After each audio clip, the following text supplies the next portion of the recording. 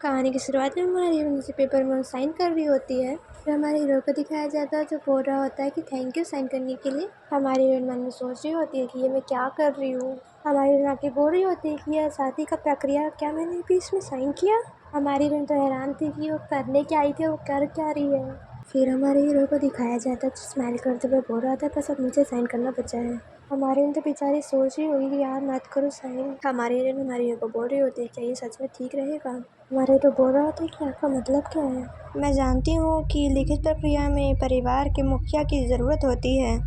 और आके हमारी बहन कहती है कि मुझे फिक्र है कि क्या इस तरह से करना सच में सही होगा।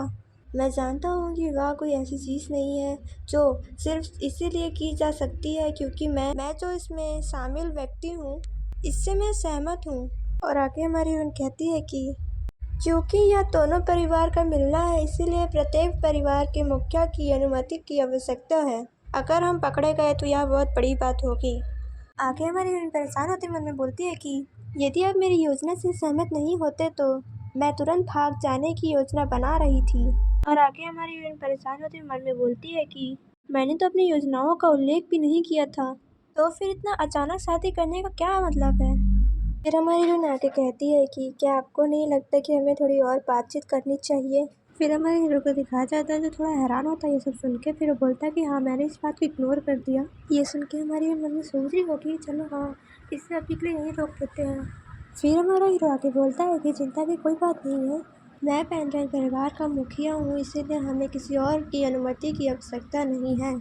और जहाँ तक आपके परिवार का पक्ष है तो तुमने कहा था कि तुम मुझसे प्यार करती हो। फिर हमारी बहन हैरान होते हुए बोलती है क्या। और आगे हमारी बहन कहती है कि यह दो लोगों का मिलना है जो एक दूसरे से प्रेम करने के अलावा कुछ नहीं कर सकते।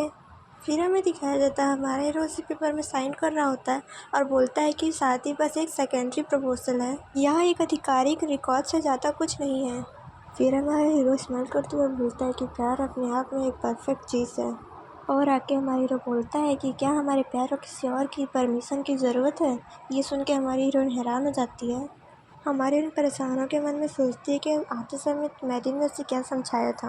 हमारी हीरोइन याद करती है कि मैरी ने कहा था कि फिर हमें दिखाया जाता है हमारी हीरोइन ने हमारे मैरिन बोल रही होती है कि मिस जब आपकी उम्र 60 वर्ष हो जाए तो आपको सावधान रहना होगा। फिर हमारी हीरोइन पूछती है क्यों, तो मैरिन बोलती है कि आप बात करने में अच्छी नहीं है, यह ऐसी चीज़ है जिसे हम लोगों से मिलजुल के सीख सकते हैं लेकिन आपके आसपास केवल हम ही हैं। फिर हमारी हीरोइन बोलती है कि क्या यह कोई समस्या है, मुझसे बोलते समय केवल सावधान रहने की ज़रूरत है। फिर हमारी मैरिन हंसते हुए बोलती है कि यह उस तरह काम नहीं करता जिस तरह आप सोचते हैं, अगर आप सावधान ना रहे तो आपको वहाँ खा लिया जाएगा। हमारी हीरोइन हंसते हुए बोलती है कि मैं कोई खाना नहीं हूँ। और आगे हमारी बोलती है मन में कि अब मैं क्या करूँ मैरियन।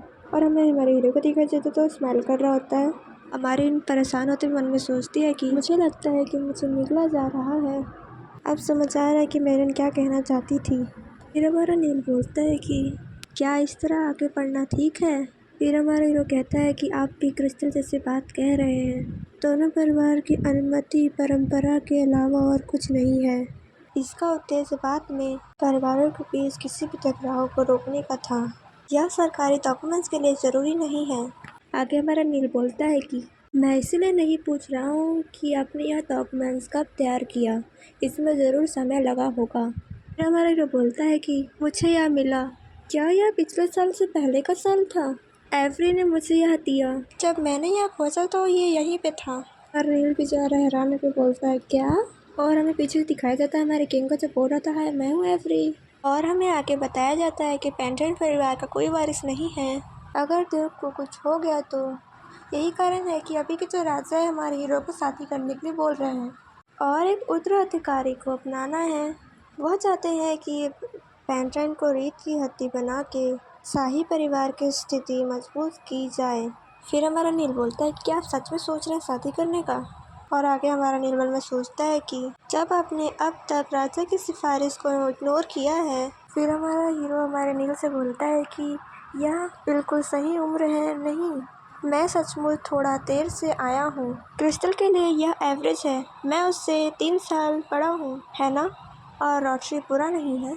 एक बार जब शादी के बारे में सबको पता चल जाएगा तो यह अफवाह फैल जाएगी कि इस दोनों परिवार एक हो गए हैं।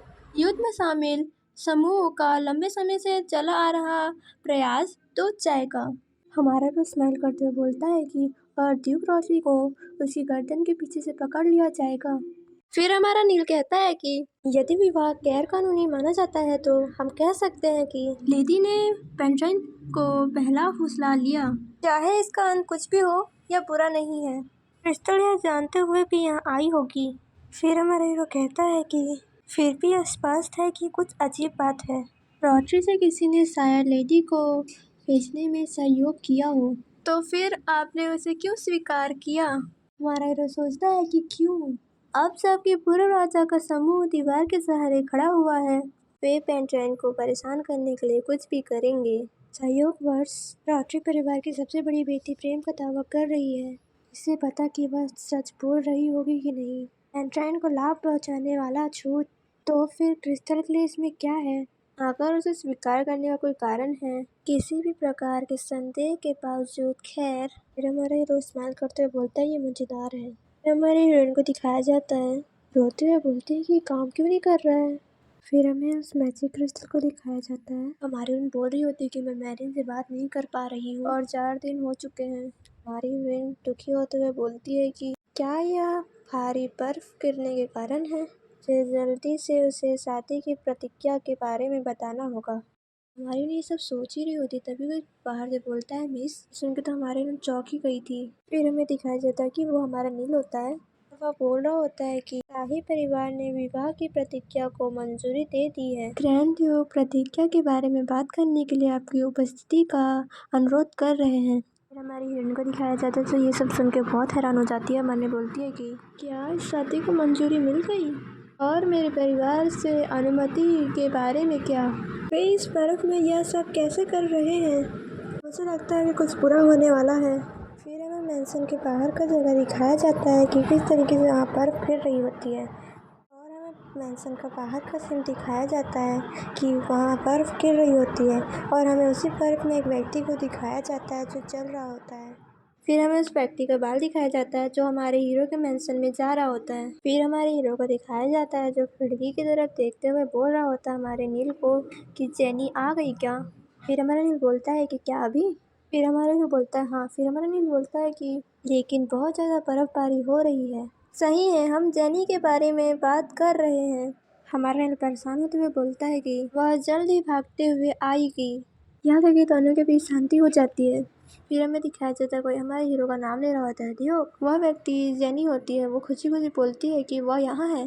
फिर हमारा हीरो बोलता है वेलकम। फिर जेनी खुश होकर कहती है कि मुझे नहीं पता था कि वह लेडी अपने प्रस्ताव के स्वीकार होते ही यहाँ दौड़ी चली आएगी। क्या आप जानते हैं कि तब मैंने यह सुना तो मुझे कितनी हैरानी हुई? ये बोल के हमारी जेनी की आंखों में एक अलग ही चमक दिख रही थी और आके हमारी जेनी चिल्लाते हुए बोलती है कि अगर मुझे पता होता तो मैं नहीं जाती, इसीलिए मैं तय किए गए समय से पहले ही आ गई। बाहर बहुत ठंड है। फिर हमारा नील जेनी से कहता है कि मैं तुमसे विनती करता हूँ कि क्या तुम पहले कम से कम अपने कपड़े नहीं बदल सकती? ऐसा करने से तुम्हें सर्दी हो जाएगी। फिर जेनी कहती है कि नहीं, मैं ठीक हूँ। अगर यह स्ट्रॉन्ग शरीर न होता तो मैं एक जिंदा लाश जैसी हो जाती। फिर हमारा नील बोलता है कि अब ये सब सुन के तो हमारा हीरो पीछे से हंस रहा होता है। हमारा हीरो दोनों को रोकते हुए बोलता है क्या कोई मेल को कॉल कर सकता है? नील बोलता है कि मैं इसे करूँगा। फिर जेनी बोलती है कि यहाँ आते समय मुझे कोई नहीं दिखा। वह महिला क्रिस्टल, वह कहाँ है? फिर हमारा हीरो बताता है जेनी को कि वह अपने कमरे में ही रहती है और बाहर नहीं जाती है। फिर हमारी जेनी कहती है क्या तुम उसे देखने गए थे? फिर हमारा हीरो कहता है कि मैं क्यों जाऊँगा?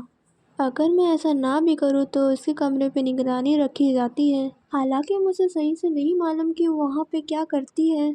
ऐसा लगता है कि उसने किसी मैजिक कम्युनिकेशन का इस्तेमाल किया है। यह ना जानना कि महल के चारों ओर एक सीमा है, वह उसकी गलती है।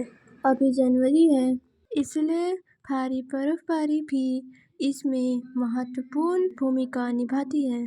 फिर हमारा हीरो स्माइल करते हुए बोलता है कि अरे नहीं, आपकी योजना के अनुसार कुछ भी नहीं हो रहा है। फिर जेनी कहती है कि वह इतनी दूर से यहाँ आई है। मुझे विश्वास है कि वो यहाँ किसी को नहीं जानती है। क्या तुमने उसे सच में अकेला छोड़ दिया? फिर हमारा हीरो कहता है कि वह इस तरह से ज्यादा कंफर्टेबल महसूस करेगी। क्या आपने नील से नहीं सुना?